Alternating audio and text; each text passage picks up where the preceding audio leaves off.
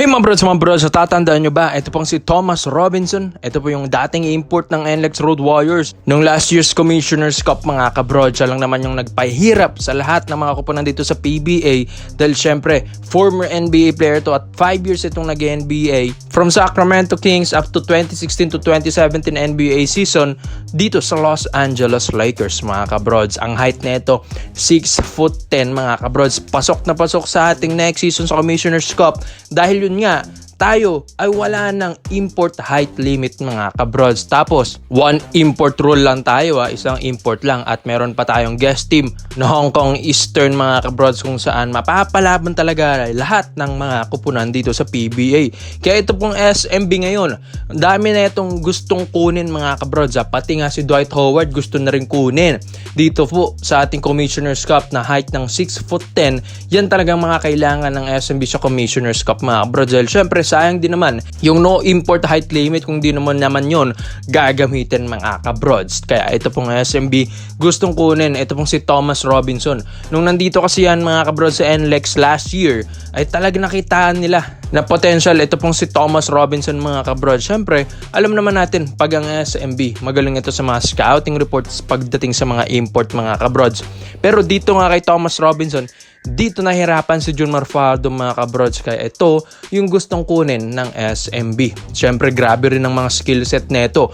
Ang galing bulumangka. Tapos matigas pa mga kabrods. Ang lapit pa ng katawan.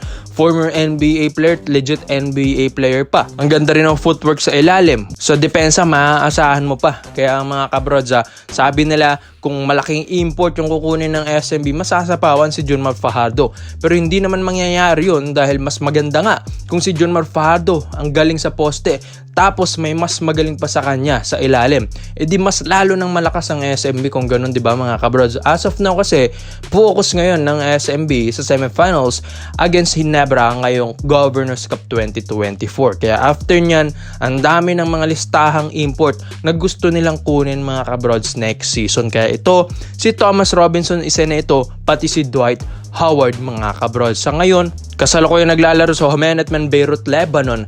Ito pong si Thomas Robinson mga brods. Alam naman natin, ilang buwan pang preparation para sa Commissioner's Cup mga kabrods. Kaya ito pong kontrata niya sa Lebanon, may expire na rin yan ngayong taon mga kabrods. Kaya malapit na at inaabangan ito ng SMB mga kabrods. Di rin naman basta-basta.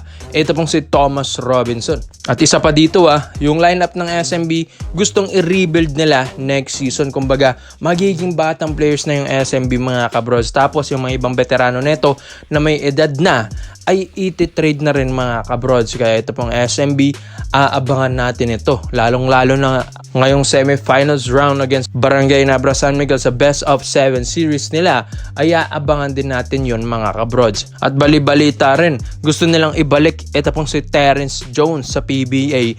Pero sa SMB naman, at yan ang isa sa mga kukunin ngayon ng SMB next season sa Commissioner's Cup mga kabrods. At alam naman natin halos lahat ng mga SMC group ang gaganda ng mga import niyan. Kaya di na tayo magugulat kung mga legit NBA or former NBA player all-star ang makukuha nila mga kabrods. Lalong-lalo na ay meron pang guest team next season. Kaya napaka-exciting ng Commissioner's Cup na naman natin mga kabrods. Kaya komenta mo lang po mo dito mga brods Thomas Robinson dito po sa SMB as their new import mga kabrods. So dito naman po tayo sa kabilang balita naman natin mga kabrods. Ito nga pong si Jetroy Rosario at alam ko ang dami ng mga umuungol na mga reports and rumors na mapupunta ito sa SMB, sa Ginebra or sa TNT. Pero mga kabrods, pinakahinihintay yung offer at magkano ba talaga yung offer ng Barangay Nabra San Miguel and ni Boss Al Francis Chua kay Jetroy Rosario mga kabrods. Isa-isay natin yung offer. Yung offer ng Blackwater Bossing mga kabrods ay 30 million pesos in 3 years.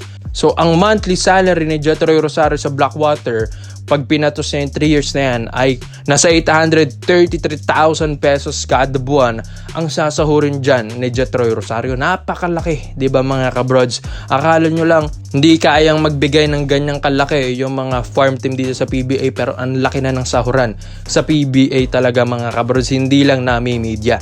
Tapos, dito naman sa TNT Tropang Giga ang laki rin ng offer dito mga brods. Dahil syempre, kakamiting lang ni Jetroy sa TNT kamakailan lang. Kaya ang ganda ng negotiation nila doon. Pero hindi pa yon pinatos ni Jetroy Rosario. Naka-hold pa rin yung offer na yon.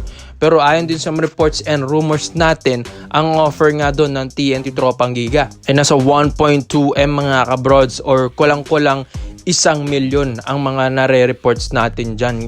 Napakalaki mga kabrods yung offer dito ng TNT Tropang Giga. Sa ngayon, eto na yung pinakainihintay mga kabrods, ang offer ng Barangay Ginebra San Miguel and ng SMB kay Jetroy Rosario mga brods. Syempre, iisahan lang yan. Isahang offer lang yan mga brods dahil syempre hawak yan ni Boss Al Francis Chua. At ito na nga mga kabrods, ayon din sa reports natin, ang magiging offer nga doon ng Ginebra at SMB kay Jetroy Rosario at siya na bahala kung ano yung gusto niyang kupunan doon ay halos nasa 1.5M mga kabrods. Nagre-range ito ng 1 million to 1.5 or 1,500,000 pesos kada buwan ang sasahurin ni Jetroy Rosario mga kabrods. Yan ang isa sa mga nasagap natin ng reports sa mga kabrods and rumors.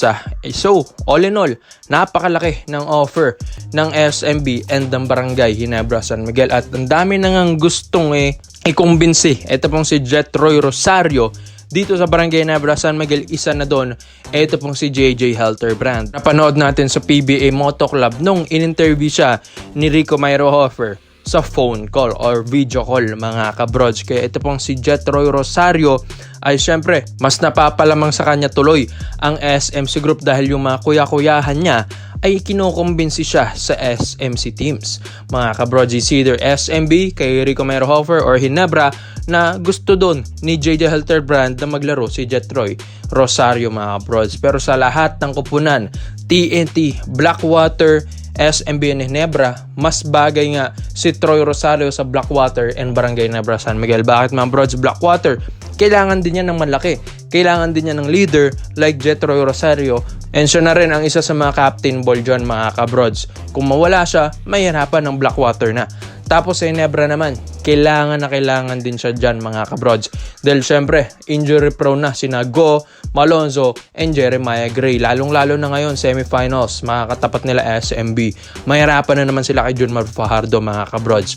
While sa TNT, although hindi naman galit doon si Jetroy Rosario sa TNT Tropang Giga, pero mga kabrods, yan lakas na rin ng TNT. Andiyan na rin sina Poy Eram. Tapos ang laking import pa, or sabi nga nila, 7-footer yung kukuning import ng TNT next season. Kaya kayang-kaya na ng TNT yan mga kabrods. Sa SMB naman, well, grabe rin ang lineup ng SMB. Ang laki nandyan pa si Junmar Mautautua. Tapos Vic Manuel. Ang lalaki pa, Bronjal pa mga kabrods. Kaya hindi na kailangan ng big man or wing ng SMB. Kaya ang Ginebra at Blackwater lang ang tanging pwedeng puntahan ni Jetroy Rosario mga kabrods. Kaya ikaw mga brods sa tingin nyo, papatusin na ba ni Jetroy Rosario yung mga rumors and reports ng offer ng SMC team? Kaya komento mo lang mo dito mga brods at isa-isay natin yan. Salamat po sa panonood mga brods. This is Operated Highlights. Yun lang, I'm out.